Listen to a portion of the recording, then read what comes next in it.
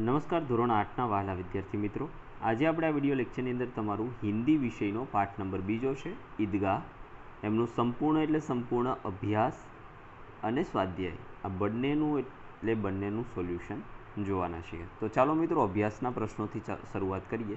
તે પહેલાં એક નાનકડી વાત કરી દઈએ, નીચે ડિસ્ક્રિપ્શન બોક્સમાં એક પ્લેલિસ્ટની લિંક આપેલી છે તથા એક વોટ્સએપ ગ્રુપની લિંક આપેલી છે, ત્યાંથી તમે PDF મેળવી શકો છો।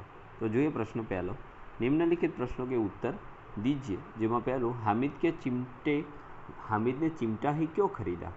तो મિત્રો એમનો જવાબ આવશે કે हामिद को लोहे की दुकान पर चिमटा देखकर ख्याल आया कि दादी के पास चिमटा नहीं है। तवे से रोटियां उतारते समय उनकी उंगलियां जल जाती है। चिमटा ले जाने पर वह जरूर प्रसन्न होगी। चिमटा होने पर उसकी उंगलियां नहीं जलेगी और घर में एक काम की चीज़ भी हो जाएगी। खिलौने और मिठाइयाँ खरीदने में तो पैसों की बर्बादी ही है। ऐसा सोचकर हामिद ने और कोई चीज़ न खरीदकर चिमटा ही खरीदा। बीजू से चिमटा खरीदने के लिए हामिद कौन से कारण बताता है? तो हामिद ने बड़े गर्व के साथ अपने साथियों को बताया कि चिमटा सबसे बड़ा खिलौना है। इसे कंधे पर रखो तो यह बंदूक हो जाएगा, हाथ में लेकर फकीरों का चिमटा हो जाएगा। चिमटे से मंजीरे का काम भी लिया जा सकता है। यदि वह एक चिमटा जमा दे तो सभी के खिलौनों की जान निकल जाएगी। उसका चिमटा तो बहादुर शेर है, वह आग पानी में आंधी तूफान में बराबर डटा रहेगा। इस प्रकार हामिद ने चिमटा खरीदने के पीछे कई कारण बताए और उसकी सर्वोपरिता सिद्ध की। त्रीजू, बुढ़ी अम्मा का क्रोध स्नेह में क्यों बदल गया? तो हामिद के चिमटे लाने पर अम्मा को दुख हुआ। उसे हामिद की नासमझी पर क्रोध भी आया। हामिद ने दादी से कहा कि रोटियां पकाते समय तुम्हारी उंगलियां जल जाती थी, इसलिए मैं चिमटा लाया हूँ। यह सुनकर बुढ़ी अम्मा का जो क्रोध था वो स्नेह में बदल गया। हामिद के त्याग, सद्भाव, स्वभाव और विवेक पर वह न्योछावर हो पड़ी। चौथों, जब आप चिमटे के प्रयोग की तरह रुमाल के विविध प्रयोग बताइए। तो रुमाल का उपयोग हाथ, मुंह और पसीना पोंछने के लिए किया जाता है। उसके अन्य उपयोग भी है, जैसे तेज धूप में उसे सिर पर बांध सकते हैं।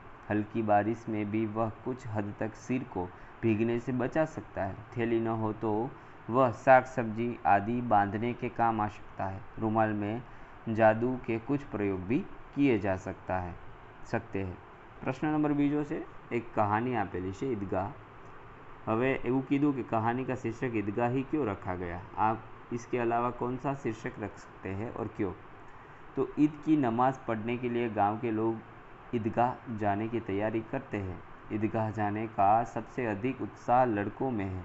हामिद उनमें से एक है। ईदगाह में नमाजियों का भातृत्व देखते ही बनता है। नमाज के बाद लड़के ईदगाह के मेले में जाते हैं। मेले में बालकों की विविध मनोवृत्तियों के दर्शन होते हैं। कहानी के मुख्य पात्र हामिद के चरित्र की अनेक विशेषताएं ईदगाह के मेले में ही प्रकट होती है। इस प्रकार कहानी की मुख्य प्रवृत्तियों का केंद्र ईदगाह होने से इस कहानी का शीर्षक ईदगाह रखा है। ईदगाह के अलावा मैं कहानी के यह शीर्षक रख सकता हूँ, हामिद ईदगाह के मेले में।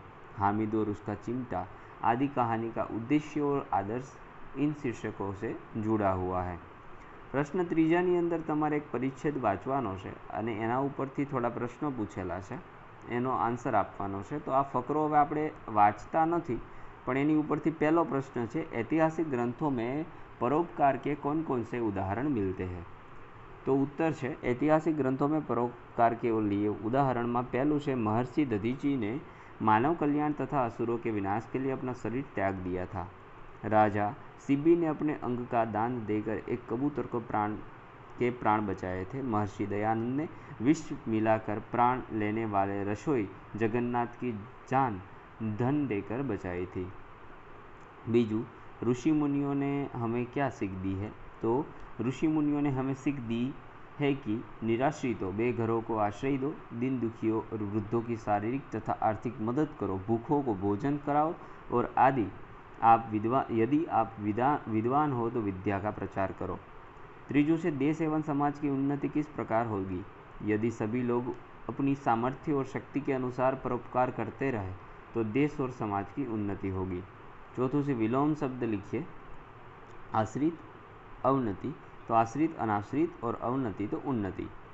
पांचवें परिषद के आधार पर अपने साथियों से पूछने के लिए 3 प्रश्न। तो पहलो, भारतीय समाज में युगों से क्या प्रवाहित होती है? उत्तर, परोपकार की सुरसरिता। सभी धर्मों का मूल क्या है? तो परोपकार। परोपकार के लिए लोग क्या क्या करते हैं? तो औषधालय, गौशालाएं और धर्मशालाएं बनाते हैं। इस परिषद को उचित शीर्षक परोपकार की महिमा अथवा सर्वोपरि परोपकार।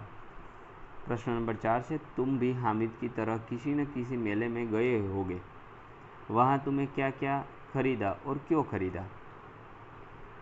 तो જુઓ એનો પ્રશ્ન એ સુંદર રીતે લખેલો છે, જેનો તમારે સ્ક્રીનશોટ લઈ લેવાનો છે મિત્રો, જેથી કરીને વિડીયો લેક્ચર લાંબો ના થાય। તો જો ઘણું બધું તમે તમારી રીતે પણ લખી શકો। प्रश्न नंबर 5 और अंतिम प्रश्न है, यदि तुम्हें मेले से अपनी दादी के लिए कुछ खरीदना हो तो क्या खरीदोगे और क्यों? तो यदि मुझे मेले में से अपनी दादी के लिए कुछ खरीदना हो तो मैं चश्मा रखने का एक बॉक्स खरीदूँगा, क्योंकि दादी ने कुछ दिन पहले ही नया चश्मा बनवाया है। चश्मे के साथ बॉक्स मिला था, पर एक दिन वह बॉक्स दादी के हाथ से गिर गया तो टूट गया। अब उन्हें चश्मा सुरक्षित रखने में परेशानी होती है, इसीलिए मैं उनके लिए एक मजबूत और सुंदर चश्मा बॉक्स खरीदूंगा, ताकि उनका चश्मा सुरक्षित रहे। હવે આપણે સ્વાધ્યાય તરફ જઈએ મિત્રો। હવે સ્વાધ્યાયમાં પહેલો પ્રશ્ન છે મિત્રો, निम्नलिखित प्रश्नों के उत्तर दीजिए। જેમાં પહેલું, रोजे के दिन मुसलमान क्या करते हैं? तो सूर्योदय से सूर्यास्त तक कुछ भी न खाने पीने का, अर्थात उपवास को रोजा कहते हैं। रमज़ान ईद के दिन मुसलमान लोग कहाँ जाते हैं? तो रमज़ान ईद के दिन मुसलमान नमाज अदा करने के लिए ईदगाह जाते हैं। तीजू, दुकानों में कौन कौन से खिलौने मिल रहे थे? तो दुकानों में सिपाही, गुजरिया, राजा, वकील, भिश्ती, धोबिन आदि मिट्टी के खिलौने मिल रहे थे। प्रश्न बीजो है, पेंसिल में लिखे गए अथवा दिए गए जो शब्द है समानार्थी और विरुद्धार्थी शब्द लिखिए। शब्द से शीतल तो समानार्थी ठंडा, विरोधी उष्ण, प्रसन्न तो खुश और एमनु विरोधार्थी खिन्न थशे। गरीब तो दीन अने विरोधार्थी अमीर थशे। अंधकार तो अंधेरा अने विरोधार्थी प्रकाश। स्नेहनु समानार्थी प्रेम, विरोधार्थी घृणा। पुरानी तो प्राचीन अने नई। त्यार पछी प्रश्न नंबर 3 है, मुहावरों के अर्थ और वाक्य प्रयोग। तो बेड़ा पार लगाना तो संकट से बचाना। वाक्य बनसे भगवान ही गरीबों का बेड़ा पार लगाता है। बीजू, बाल बांका न होना, ज़रा भी नुकसान न होना। वाक्य, डाकू ने गोलियां चलाई थी पर किसी का बाल भी बांका नहीं हुआ। तीजू, छाती पीट लेना तो दुख प्रकट करना। वाक्य बनसे बेटा गुस्से में आकर चला गया तो माँ ने छाती पीट ली। चौथू है, दिल चीरना, बहुत दुख पहुँचना। बेटे की बुरी करतूतों ने माँ का दिल चीर दिया। प्रश्न नंबर 4 है, रूपरेखा के आधार पर कहानी पूर्ण कीजिए। तो मित्रों અહીંથી આપણે થોડું ધીમે ધીમે સ્ક્રોલ કરીને જોઈ લો આ સચ્ચી માં અથવા તો ન્યાયાધીશ કા ફેસલા।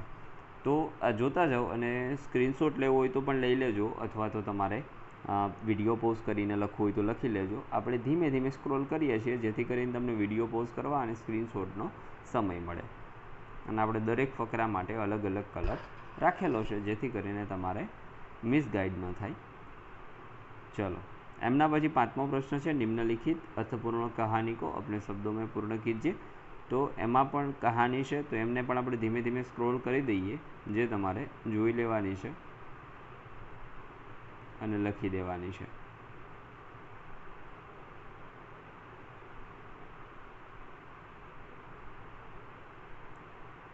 ओके मित्रों, तो आ हतुं आपणुं संपूर्ण एटले संपूर्ण स्वाध्याय અને અભ્યાસનું solution. Thank you very much અત્યાર સુધી મને સાંભળ્યો જોયો। તો હવે ફરી મળીશું નેક્સ્ટ વિડીયો લેક્ચરમાં। ત્યાં સુધી આવજો। જય હિન્દ, જય ભારત।